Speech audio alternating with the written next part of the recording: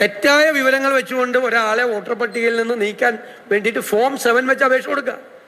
അത് കൃത്യമായി പരിശോധിക്കാതെ ഈ ആളെ അറിയിക്കാതെ, ആളെ നോട്ടീസ് കൊടുക്കാതെ, ഇപ്പം എൻ്റെ പേര് വോട്ടർ പട്ടികയിൽ നിന്ന് നീക്കം ചെയ്യണമെങ്കിൽ ഒരാൾ തെറ്റായ വിവരങ്ങൾ വെച്ച് ഫോം 7 നോട്ടീസ് കൊടുത്ത് എൻ്റെ പേര് റിമൂവ് ചെയ്യാണ്, ഞാൻ അറിയുന്നില്ല. പ്രോപ്പറായിട്ടുള്ള പരിശോധന BLOമാർ നടത്തുന്നില്ല.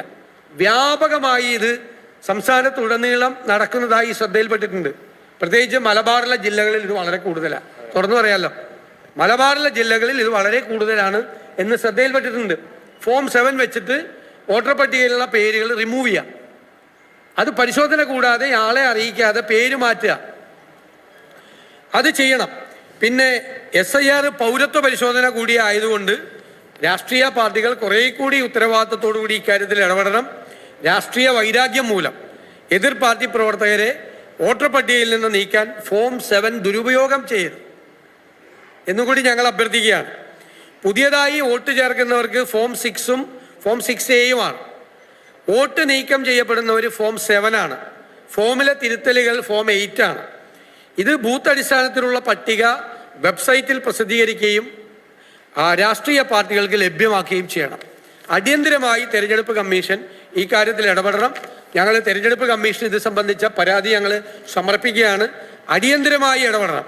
അതുപോലെ ഇന്ത്യക്ക് പുറത്ത് ജനിച്ച പൗരന്മാരായ പ്രവാസികൾക്ക് ഫോം 6A സമർപ്പിക്കുമ്പോൾ ജനനസ്ഥലം ചേർക്കാനുള്ള ഓപ്ഷൻ നിരന്തരമായി ആവശ്യപ്പെട്ടിട്ട് ഇതുവരെ വെബ്സൈറ്റിൽ ലഭ്യമാക്കിയിട്ടില്ല.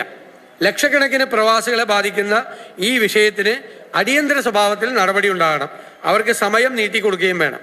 ഇത്രയും കാര്യങ്ങളാണ് ഞങ്ങൾക്ക് പ്രത്യേകമായി SIRമായി ബന്ധപ്പെട്ട് പറയാനുള്ളത്. എൻ്റെ കോപ്പി കൂടി തരാം തീർച്ചയായിട്ടും നിങ്ങൾക്ക്.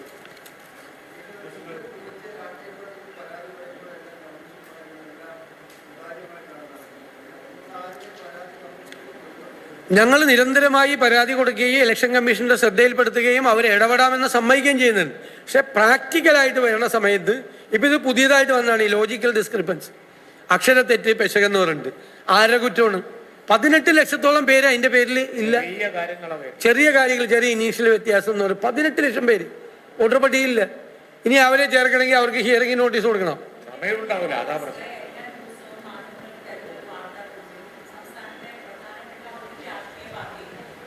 VD സതീശൻ മാധ്യമങ്ങളോട് സംസാരിക്കുകയായിരുന്നു പ്രതിപക്ഷ നേതാവ്.